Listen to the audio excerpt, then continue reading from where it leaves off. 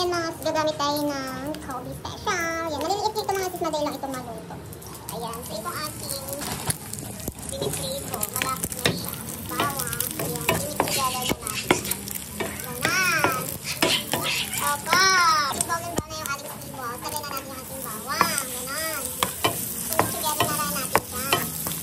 Okay, then, next natin mga sis, yung ating half na sibuyas. Siyempre, huwag natin ilagay lahat para meron pa siya mamaya ng bawang-bawang. Ganan. Mix together. Siyempre, since matigas yung ating carrots, lagay na natin. Ganan. Bawang-bawang na.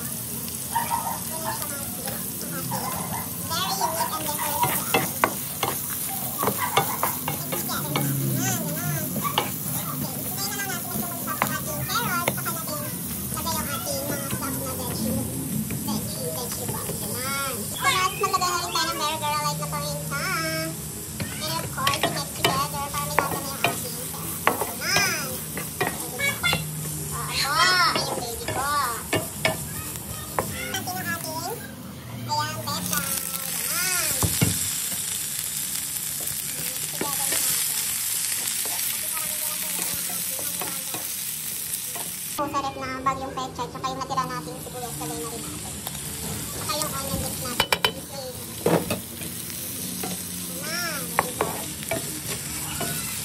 Ayan, so okay na ito mga sis. Tangoy lang po natin siya sa kahirapan. Kasi yung takot tayo, hindi ako nakaraan na broth. So kung dinagay ko sa rep, gagamitin natin percolate cereal. Ayan, sayang din kasi yung mga sis. Yes. Ayan siya mga sis. Kung ano na yung naman ng rep ko, ayan, so gagamitin ko siya. Kaya sayang yung mga sis. Tikim-tips din yan. Masyadong delicious. Ayun siya mga sis, malapit na siya matunaw. May lasa na i-taste. Kaya konti na lang ilalagay natin ang pampalasa. Of course, lagyan natin ng chocolate char.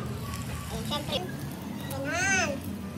Taktagan ng ganan. Iniwa ko lang siya, inati ko lang siya sa gitna. Dalawa lang yung lulutuin ko kasi konti lang ang kainin. Malapit na siya mga sis. Lagyan na natin yung ating chumay, veggie. Ganan. Ayan, ganun ko ah. O, perfect na yung mga sis. Ganun yung ganapin siya. Gusto ko bubuta rin yung ating sibuyas. Ganon. Dito. Sarap na yan siya. Sobrang bango niya. Hindi ko na-expect masarap pala yung pechay ilagay sa pancit. Kasi wala akong mga repolyo, ganyan. So, pechay lang yung nabili ko nung nakaraang araw na namalengke kami ni baby. So, masarap pala siya mga sis. I love it. Perfect siya mga sis. Oh, medyo tinustado ko yung bonggang-bonggang. O, diba? Ang sarap. Yummy. Perfect yung mga sis. Ayan. Yung mga sahog niya, nasa ilalim. Tapos, ang nilagay ko dito mga sis, squid balls lang and yung